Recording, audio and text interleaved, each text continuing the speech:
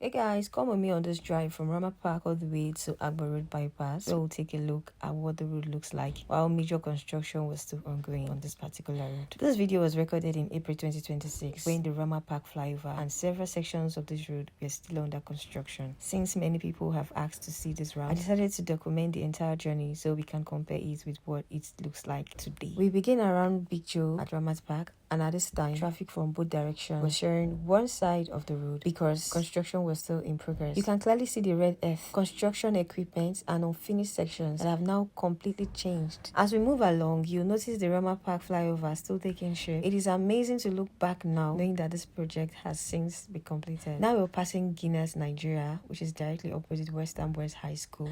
And if you're familiar with this area, you recognize just how different it looked during the construction. One thing that stood out throughout this journey for me was the number of trailers that was parked along the roadside. Since this was a Sunday afternoon after church, traffic was way much lighter than usual, making it easier to capture the roads clearly. Ahead is the old Bende Brewery, and many people remember it for producing crystal malts and crystal lager beer years ago. Seeing the facility today brings back memories, and hopefully one day it receives the attention it deserves again. As we continued, we passed by Wahala Junction. On the other side is Hotel Doris Day, while we have Didi Dynasty sit on the other side of the road. These are familiar landmarks for people who know these axes of Benin City. Further ahead, we passed First Bank, Kojo Motors, and several other businesses that lines this busy road. We are now approaching First Upstairs Junction, which leads towards the school area, Queen Ede, while St. Thomas Aquinas Catholic Church stands directly opposite. As we draw closer to Agbor Park Junction, the atmosphere changes because this is one of the busiest parts of this route, with buses loading passengers, roadside markets, and constant commercial activity. If you've lived around here, you definitely recognize this Ohove Junction and the mini markets that is along the road. Now we're heading towards the depot area. The road gradually becomes rougher, and it's easy to understand why rehabilitation became necessary. The depot itself stretches for quite a distance. Although I've heard about it for years, I've never had the opportunity to actually go inside. Hopefully that's another place we'll explore in a future documentary. This is where things become even more interesting. So around the depot junction, the actual road project becomes very obvious. You can see heaps of granite spread along the road, construction materials waiting to be used, heavy equipment parked nearby, and different stages of preparation. At first, I thought the piles of granite would end after a short distance, but it just kept going. So it became clearer that this wasn't a small repair. The work covered a long stretch of the road. You can also see that one side of the road remained open for traffic while the other side was being prepared, suggesting the road was being widened and reconstructed in phases.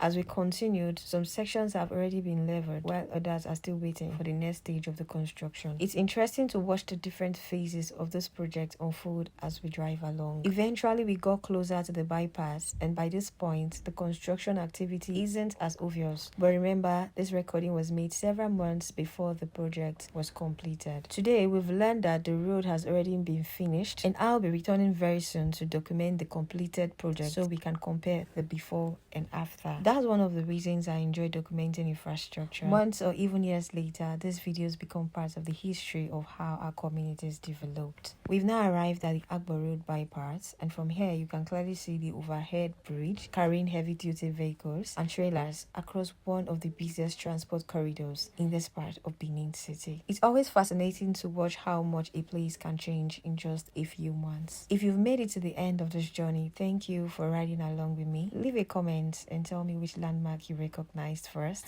or let me know another road you'd like me to document next. I'll surely be back soon with the updated version of this same route so we can see exactly how much has really changed. If you're watching this video from YouTube, please do as well to hit on the subscribe button so you don't get to miss out on more interesting documentaries like this one. And don't forget to hit the like button because that's your own way of saying thank you. My name is Ostar, and I'll see you in my very next. For now, bye.